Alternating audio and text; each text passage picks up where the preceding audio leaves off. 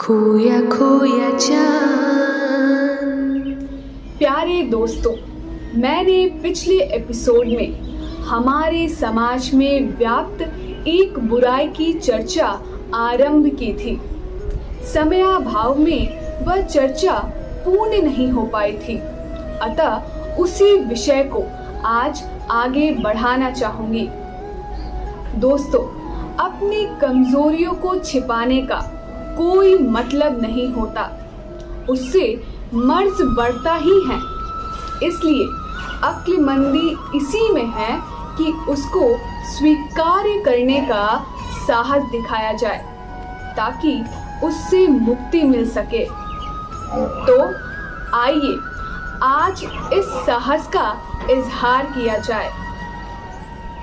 So, hello my friends, here is Chandra Singh to welcome once again to all of you on your own channel KKC, means खोया खोया चांद।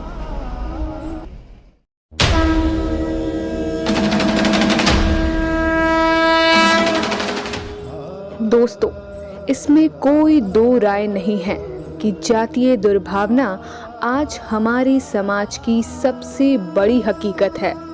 वैसे तो जातीयता सिर्फ हिंदू समाज में ही है, यह भी सच नहीं है। प्रायः यह नासूर हर समाज में ही है। मगर सफाई तो हम अपने ही घर से शुरू कर सकते हैं ना। दोस्तों, यह मर्ज हमारे समाज में ऐसा दरार पैदा कर रहा है जिसे आज ना रोका गया तो हमारा समाज सदा के लिए बिखर जाएगा। जातीय दुर्भावना हमारे समाज में नफरत एवं अलगाव का एक ऐसा मजबूत किला का निर्माण कर रही है जिसे तोड़ पाना असंभव सा हो जाएगा। अतः आज के इस समय की सबसे बड़ी मांग है कि इस जहर को फैलने से रोका जाए। दोस्तों, जाति का होना ना कोई गलत बात है और ना ही यह किसी हीनता का द्योतक है। हम सभी जानते हैं कि जातियों का अस्तित्व हमारे द्वारा किए जाने वाले कार्यों से हुआ है और मानवों द्वारा किया जाने वाला कोई भी कार्य छोटा या बड़ा नहीं होता, बल्कि ये एक दूसरे के पूरक होते हैं। वैसे इसे आज के दौर से देखें तो व्यापार करने वाले को व्यापारी, डॉक्टर करने वाले को डॉक्टर और इंजीनियरिंग करने वाले को इंजीनियर कहते हैं। ये भी एक प्रकार की जातियां ही हैं। अब इसमें कौन बड़ा कौन छोटा, ठीक इसी प्रकार से कोई भी जाति ना छोटी है ना बड़ी। दोस्तों, जाति कोई भी हो, मेरा मानना है कि हर जातियों का अपना अपना एक गौरवशाली इतिहास अवश्य है जिस पर हम सबको गर्व की अनुभूति होनी चाहिए। समस्या तब होती है जब हम एक दूसरे को नीचा दिखाने का प्रयास करने लगते हैं। यहीं से नफरत और अलगाव के दैत्य का जन्म होता है। इसी दैत्य का प्रभाव है कि हम समाज में खूनी संघर्ष भी होते देख रहे हैं। दोस्तों, हमारी संस्कृति सभी का सम्मान करना सिखाती है, नफरत तो कभी सिखाती ही नहीं है। ये बदलाव हमारे समाज में धीरे धीरे किस प्रकार से, कब और कैसे हुआ है, इसकी एक लंबी कहानी हो सकती है। मगर यह सत्य अवश्य है कि यह हमारे समाज को कमजोर बनाने के ख्याल से किसी ना किसी के द्वारा बीजारोपित अवश्य किया गया है। यही कारण है कि हमने अपने विभूतियों अंबेडकर, पटेल, गांधी को भी जातियों में बांटकर उनके स्वयं के कद को बौना बनाने पर हम तुले हुए हैं।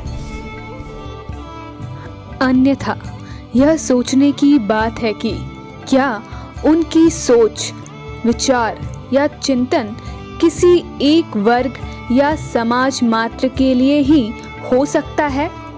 कभी नहीं। विद्वान और चिंतक सदैव संपूर्ण समाज के लिए चिंतन और मनन करते हैं। उनकी सोच कभी भी टुकड़ों में विभाजित नहीं होती। यदि हम उनको विभाजन में देखते, सोचते, प्रचारित या प्रसारित करते हैं तो ये हमारे द्वारा किया जाने वाला महापाप है। दोस्तों, अब आइए इस विषय को जरा हम अपनी संस्कृति के आईने में देखने का प्रयास करते हैं। मुझे लगता है कि आपको ये मशहूर पंक्तियां अवश्य याद होगी। जाति ना पूछो साधु की, पूछ लीजिए ज्ञान, मोल करो तलवार का, पड़ा रहन दो म्यान। दोस्तों, हमारी संस्कृति सदैव ज्ञान की पुजारी रही है। वह ज्ञान चाहे जिस किसी व्यक्ति के पास हो, बिना उसकी जाति, रंग, रूप का ख्याल किए उसके आगे नतमस्तक होने की ही हमारी गौरवशाली परंपरा रही है।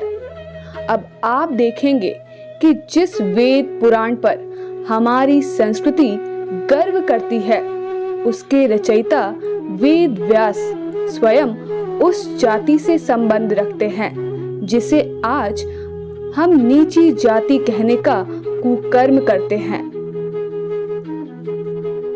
कालिदास, वाल्मीकि आदि भी हमारे गौरव के प्रतीक हैं एवं पूज्य भी हैं। दोस्तों, यहाँ तक कि स्वयं प्रभु राम एवं कृष्ण ने भी अपने कृत्यों से ये संदेश देने का प्रयास किया है कि जातियाँ किसी भी दृष्टिकोण से अपावन नहीं हैं।